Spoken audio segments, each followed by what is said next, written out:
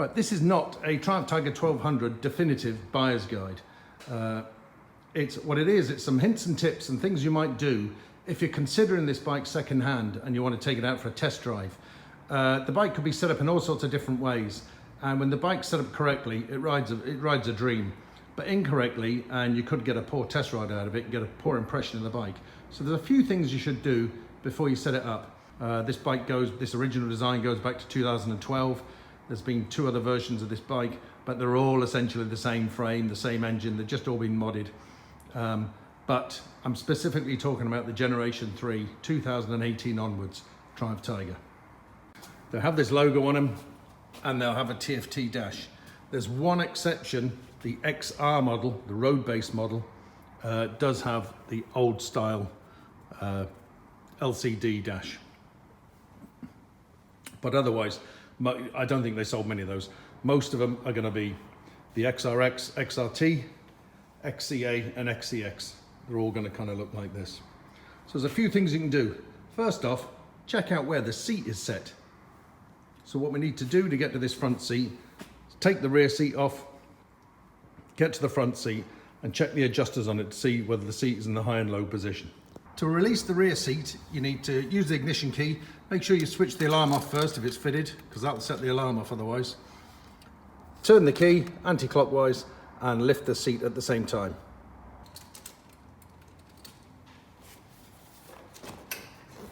Now don't yank the seat, because there's a lot of the bikes will have a heated seat connection.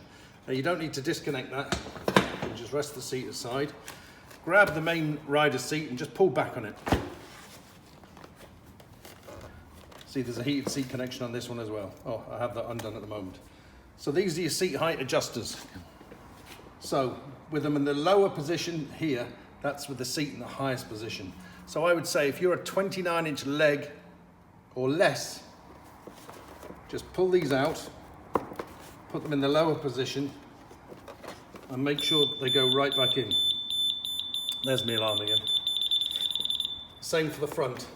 They should match the front and the lower. Some people switch in between the two, but I don't think it makes the seat fit very well. So, and then what you see here, that's where the front bar goes into, and the rear bars go into there. It's very easy to put the seat back on. So once we've got the seat in the right position, this clamp is going under the front there. It's easy to get on. And just bash the seat forward a bit. Easy done. Then the rear seat, those notches there, slip in the back of the front seat. And it'll clip in nicely. So that's the bike ergonomically set up for you. If you want to see everything the bike has to offer, ask the seller if you can reset the Triumph default settings in the dash. They might have customized the rider modes, they might have customized the display, taken lots of things off the display. So there can be a lot of information off this information tray at the bottom that's missing. Like I take a lot of mine off. I have trip, petrol, tire pressure, screen adjust, damping, and back to trip. Everything else I have taken off. So what we might do is go to the home button. And see, if we go down to bike setup, all the way down, reset to defaults, press the joystick in again to confirm. Confirm, right, everything's back as factory setup. Press the home button again. We're back to our dash now. So see here now, I'm going to have screen adjust, coolant level, or coolant temperature I should say, contrast settings, high contrast, auto contrast, consumption, service stuff, tire pressure, trip 1, I'll have trip 2, yeah, and my damping again. So it's just a way you can declutter this information tray in the bottom here. Like I don't care what coolant temperature I have, as long as it's normal. I'll get an alarm if it goes, you know, above what's required. So it's just something you can do. But what we've done there, we've also reset all the rider modes, because we did that at the very top level. We've reset all the rider modes to where Triumph set them in the factory. So if I look at rider modes, you can see there, that bottom information tray now, that's gone to all my rider modes. Oh, I need to press it again. So sporty rider mode, road, rain, custom rider mode, off-road pro, off-road. You may have some or all of those depending on which model. So if I look at one of these rider modes now, if I go back to the menu and go rider modes, and I look at rain, for instance, I look at TSAS, which is, I know that's where the damping is, on-road settings. Yeah, the damping set very low, which it is in rain mode. And so if I look at another one, sport, I go to TSAS, which is Triumph semi-active suspension, on-road settings, which is the regular damping. Okay, see their sport, it's set quite high damping, so firm enough damping. So when I, in the main menu here, when I reset all to defaults, that reset everything on the bike to the defaults. Because you might have noticed in riding modes, you can also reset to defaults here. You can reset an individual rider mode to default, or reset all the rider modes to default. But the reset to default on the left-hand side of the screen there is resetting all the settings of this display to the default.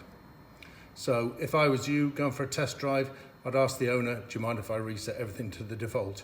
So you'll know when you're riding in sport mode or rain mode or road mode, you'll know what the bike feels like in terms of throttle maps and suspension setup and everything like that, you know, the way Triumph intended.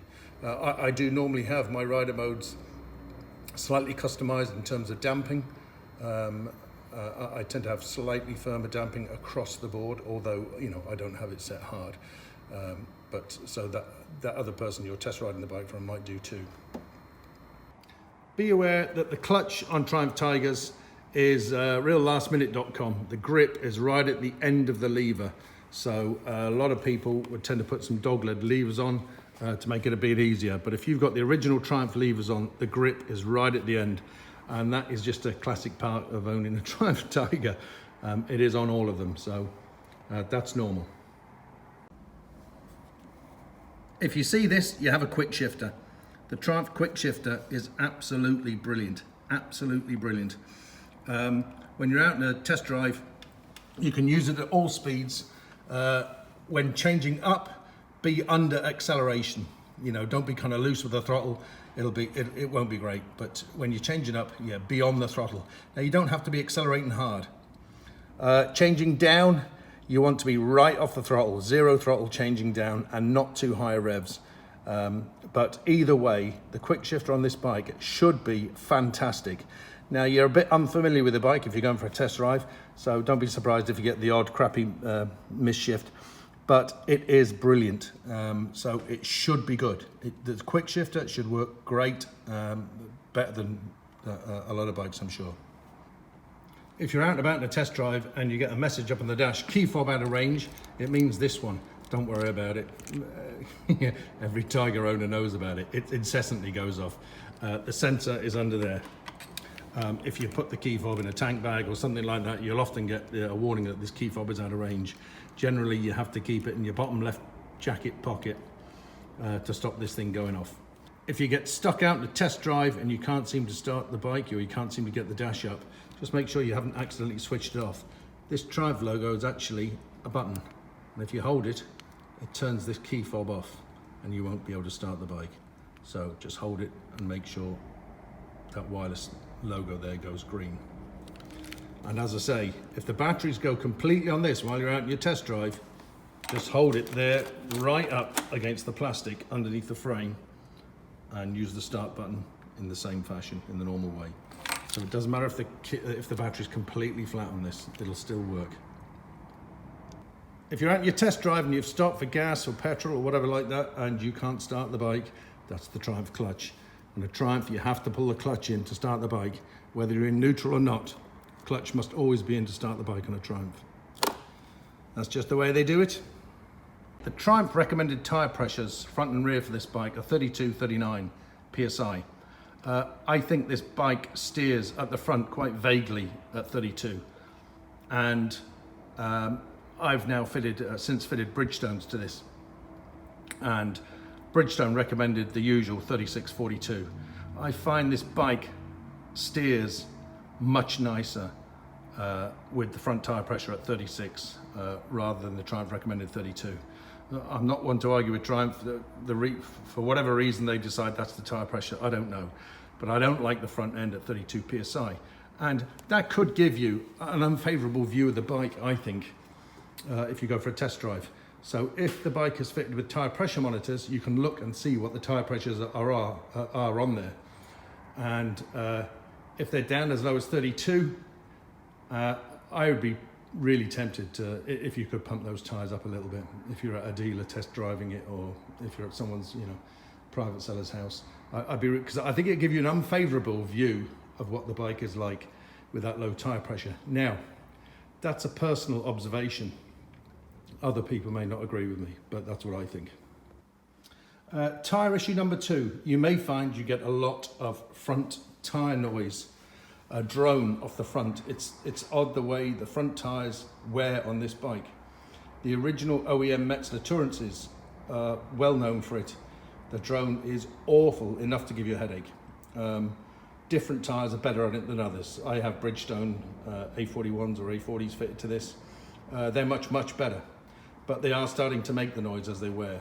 The OEM tyres will start making the terrible noise after a few hundred kilometres. Most people won't buy the Metzler Tourance Next on this bike and just experiment with tyres after that. So don't be surprised. Check your tyres if the Metzler Tourance Next. If there's a drone on the front of this bike, it's the tyre. There's nothing wrong with the bike. The brakes are linked on this bike. They're linked off the front brake lever only. So if you use the front brake lever, the fantastic Brembos up the front stop you lovely. But they'll also put brake pressure on the rear pad as well. If you use the rear pad during that or independently, the brakes become unlinked. They're only linked when you only use the front brake and don't touch the rear brake. So if you're going for a test drive, just use your front brake and you'll be fine. Everything in that bottom screen is adjusted by or moved by the joystick, and it's just left and right. And if there's an arrow on the left there, showing up and down, it means there's something above and below that menu item, and you can use the joystick up and down as well.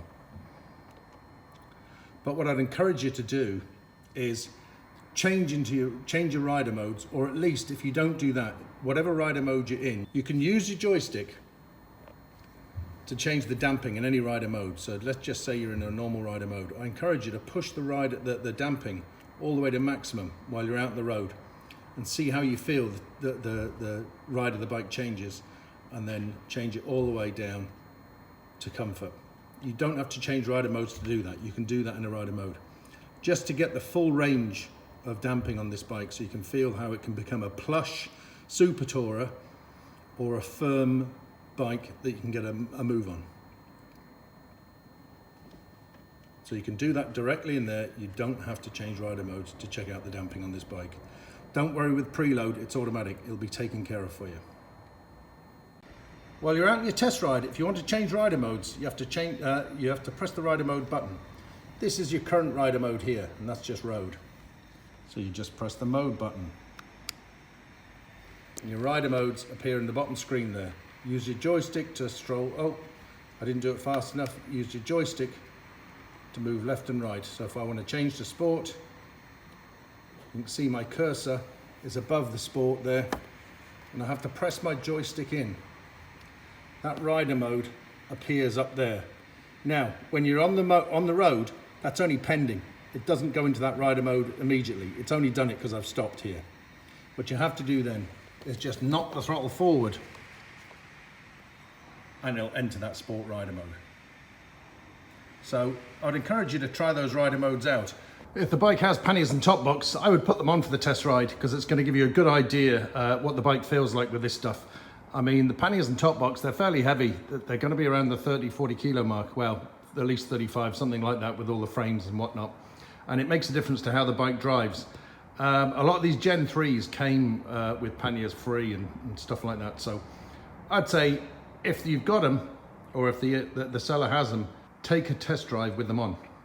Now, before you trundle off down the road with all your panniers on and stuff, just go down and make sure these indicators are showing green. If there's any red on them, it means they're not clicked in properly, and you don't want these things flying off down the road on your test drive and then arguing with the seller about how you ruined his panniers. There's no such thing on the top box, but just check it's solid as a rock. So that just leaves you with a test drive. So as I say, once you're out on the road, I encourage you to play with the rider modes, or at least if you're in a one rider mode, play with that suspension damping and get to feel the full range of it.